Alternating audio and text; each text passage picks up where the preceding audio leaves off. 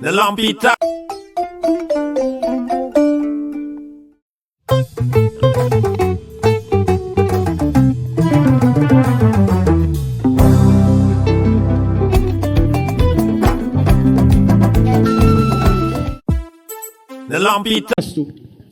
Vous savez, on va sortir un tout petit peu de la région de Sédhiou pour parler de la Casamance en général. C'est vrai, c'est une énorme difficulté, mais ça témoigne encore du laxisme de nos dirigeants. Pourquoi? Comment on peut nous faire comprendre que la Gambie est l'une des première productrice de bois, exportatrice de bois en Afrique de l'Ouest, alors que la Gambie n'a pas de forêt? Donc, les choses sont claires. On coupe le bois dans la verte Casamance et ça traverse de l'autre côté et ça part dans ces grandes métropoles du monde. J'ai vu depuis un bon bout de temps, c'est le lieu d'ailleurs de féliciter notre armée nationale qui est en train de faire un travail extraordinaire. Nous les félicitons, nous les encourageons. Mais de grâce, qu'on ne revienne pas encore pour nous dire qu'il y a encore des positions rebelles dans la verte Casamance, parce que nous avons une armée capable de rayer ce phénomène une bonne fois pour toutes. Et malheureusement, il y a beaucoup qui se nourrissent de ce business. Et je ne dis pas des moindres, c'est des gens qui sont là, des bandits à col blanc, qui font tout, qui encadrent cette mafia du bois. Et il y a d'autres commerces illicites que vous connaissez mieux que moi. Heureusement que notre armée est déterminée à en finir. Kon de grâce, Macky Sall dimbali ñu rek ba armée bi bu len arrêté, parce que tout le monde sait que li ngay def dañ la koy defloo, mais dimbali ñu rek nga bàyyi armée bi ñoom it ñu yegg ci liggéey bi nga xam ne ñu ngi koy def. C'est dire que le problème, la solution en partie, elle est militaire.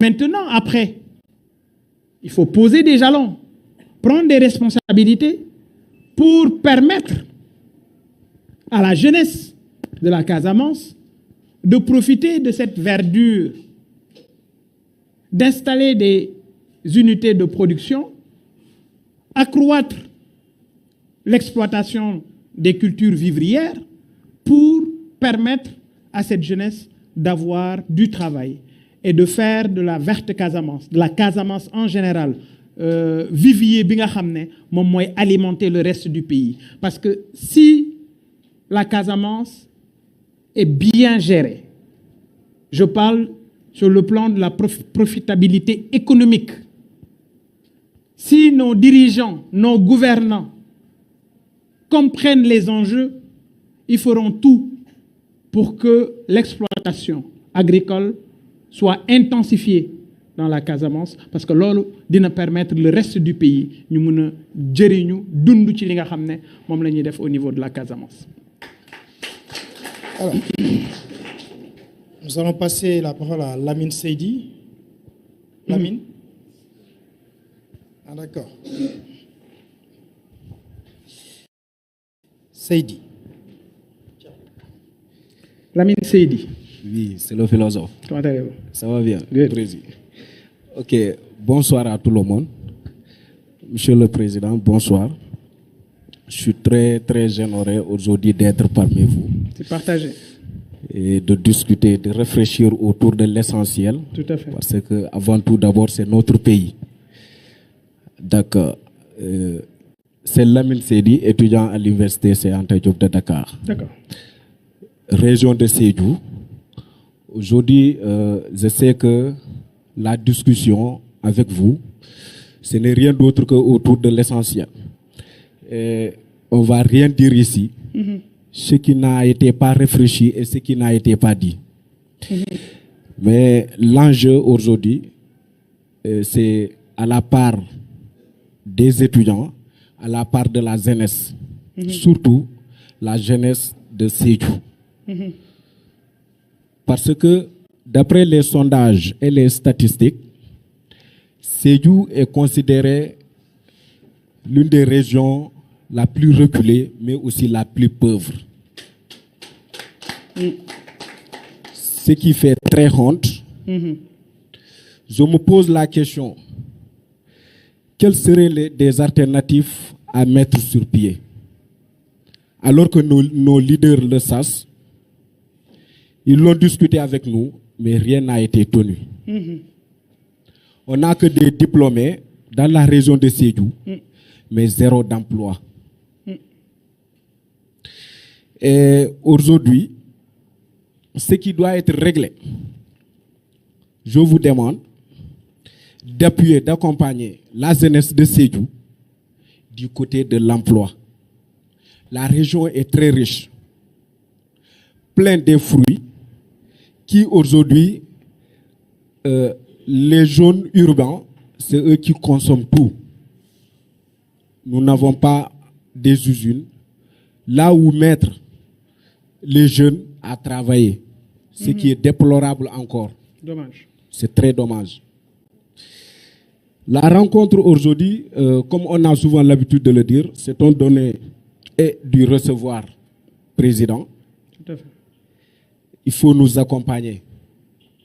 Accompagnez-nous dans le sens le plus propre.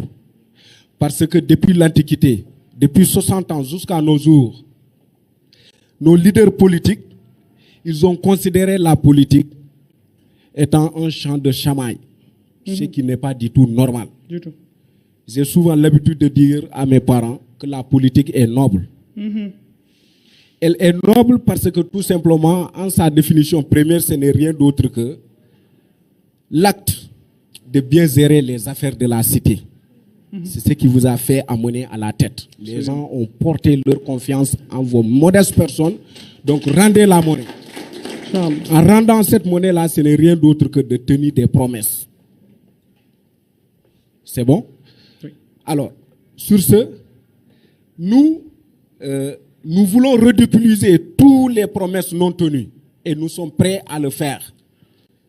Nous voulons un leader qui veut travailler avec nous et qui veut vraiment connaître notre souffrance aujourd'hui. Toujours est-il que les gens ont peur de le dire, mais moi je traite l'équipe de Macky Sall comme des parasites, c'est-à-dire des leaders qui vivent aux dépens de la population. Et puis c'est ce qui existe. Disons les choses en tant qu'elles sont. Tout à fait. Gëm sa bopp, je viens de trouver que tout est possible. Professeur, président de la République, on dit qu'à présent de la philosophie, rien n'est impossible. Donc je crois que Gëm sa bopp, c'est un mouvement philosophique, mais un mouvement qui est prêt à se nuer sur toutes les préoccupations auxquelles vraiment aujourd'hui la jeunesse a besoin. Donc je vous remercie. Merci infiniment. C'est vrai, c'est ça qui est à la base de mon engagement citoyen. Vous m'avez demandé de vous tendre la main. Ce que je suis en train de faire. Vous savez, au Sénégal, on met en avant souvent le discours, mais on oublie le parcours.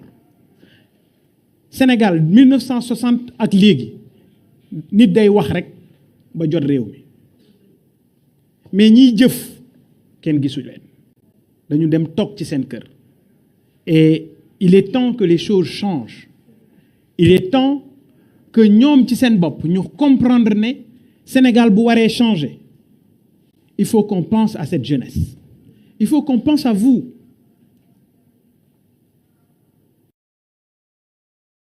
Musa gëmloo ne pour nga tekki, il faut la main des politiciens. Dañu musa gëmloo ne pour dëkk bi baax, Sédhiou bu waree baax, politicien bi fi nekk mooy góorgóorlu yëf bi baax. Ça ne doit pas se passer comme ça. Nos dirigeants ont besoin aujourd'hui ñu caw leen ñu fouetter leen ñu stimuler leen. Vous savez pourquoi?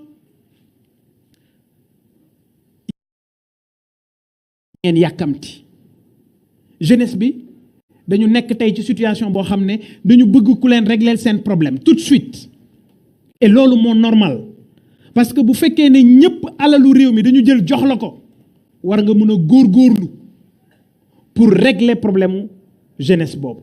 wax nga ko yan promesse lañ ñu defarul yan promesse lañ ñu waxul mais on se rend compte toujours qu'on est à la position de départ. J'ai lu quelque part que amna luñu def ba créer nañu 68 000 emplois 68 000 emplois yu ñu créé Sénégal yéen gis ngeen ko est-ce que xam ngeen ku ci bokk? Il faut ñu bàyyi di ñu nax il faut ñu bàyyi di fooye intelligence su population bi et loolu ñun rek ñoo mun a régler problème bi. J'ai entendu même que moom Macky Sall parce que là dafa waroon def jokkoo ak tàggatoo mais paraît-il que daf ko annuler. Je dis il a compris parce que faire face à Bougane et faire face à Gëm Sa Bopp au même moment on allait démontrer aux Sénégalais que moom Macky Sall il n'est plus aimé par les Sénégalais.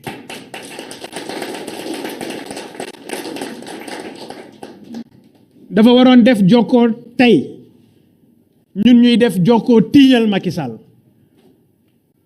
On allait démontrer à la population avec cette brave jeunesse de la région de Sédhiou que le Sénégal a vomi Macky Sall ak ñi mu àndal. Et les témoignages yi ñu requérir fii démontrent à suffisance que les Sénégalais veulent autre chose. Les Sénégalais ont envie d'avoir des dirigeants qui mouillent le maillot. On a envie d'avoir des dirigeants yu ñu dul nax. On a envie d'avoir des dirigeants yoo xam ne bu ñu jàkkaarloo jeune bi ne ko danañ la dimbali ci sa life nga mun a liggéey bu ñu la ko waxee di nga ko gëm parce que c'est des gens qui ont fait leurs preuves. Aujourd'hui, parmi tous ces gens qui veulent remplacer Macky Sall, y compris Macky Sall, jox leen ma ci ñett ñoo xam ne mus nañoo liggéeyloo 5 personnes. jox leen ma ko rek ñi wax ne dañu bëgg a wuutu Macky Sall ak Macky Sall ci boppam ak ñi mu àndal jox ma ci ñett ñoo xam ne mus nañu liggéeyloo 5 personnes. amul. Ça c'est vous qui le dites. Donc le choix il est vite fait. Moi je dis en un temps record on va remettre ce pays sur la rampe du développement. On va mettre ce Sénégal sur les rails du développement. Et je vous ai dit, le premier combat qu'il faudra livrer, c'est le combat contre la corruption. Parce que le premier goulot d'étranglement de notre économie, c'est d'abord la corruption. Et cette corruption est instituée. Cette corruption est entretenue. Cette corruption est fouettée par l'administration publique sénégalaise. te loolu il faut mu dañ. Je vais vous dire pourquoi. tey ñu ngi wax waxu Sédhiou dem créer usine Sédhiou buy defar ay dàll. Nos dirigeants préfèrent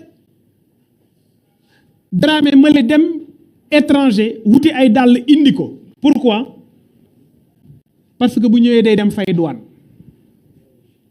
Donc ñoom yéenewuñu nit ñi ci biir réew mi ñu am xaalis. dañu bëgg nit ñi di dem boo dellusee li nga am kus néew ñu ronqi la nangu ko. Je vous donne un exemple banal. Est-ce que xam nga yow mi créer sa société nga dem jënd dara à l'étranger di ko indi parce que tu as une société tu paies normalement mais celui qui est dans l'informel kooku bu ñëwee dafa am lu ñu tuddee barème informel. yow foo fayee 1000 francs yow mi yor société ki am nekk ci informel dañ koy def barème informel moom day fay 350 par exemple. Est-ce que c'est comme ça qu'il faut encourager les gens à formaliser leur entreprise? Non. Et pourquoi? Parce que ñoom ils y trouvent leur compte. Ñoom les gens de l'administration, nos gouvernants, ils y trouvent leur compte parce que foofu la ñuy sàcce alalu réew mi, foofu la ñuy détourner alalu réew mi. Et les exemples, il y en a encore et encore. Mën nañu leen ci limal yeneen exemple yu bari yoo xam ne dara poussé wu leen ñu bàyyi ko nekk ci benn laxisme lu dul pour mun a am fu ñuy ronqee xaalis ci réew mi. Alors loolu nag je crois que c'est le moment de se battre ensemble. Vous venez de le dire. Moi je tends la main à cette jeunesse. Tu sais pourquoi? Lépp lu ma am ci réew mi laa ko amee. Musuma politique, musuma am carte de membre politique, musuma liggéey ci état. Donc moi on peut pas me demander des comptes. Musuma gagner marché état. Donc on peut pas me demander des comptes. Et d'ailleurs, c'est pourquoi je suis un problème. C'est pourquoi Bougane est un problème pour autant une partie de l'opposition que le pouvoir de Macky Sall.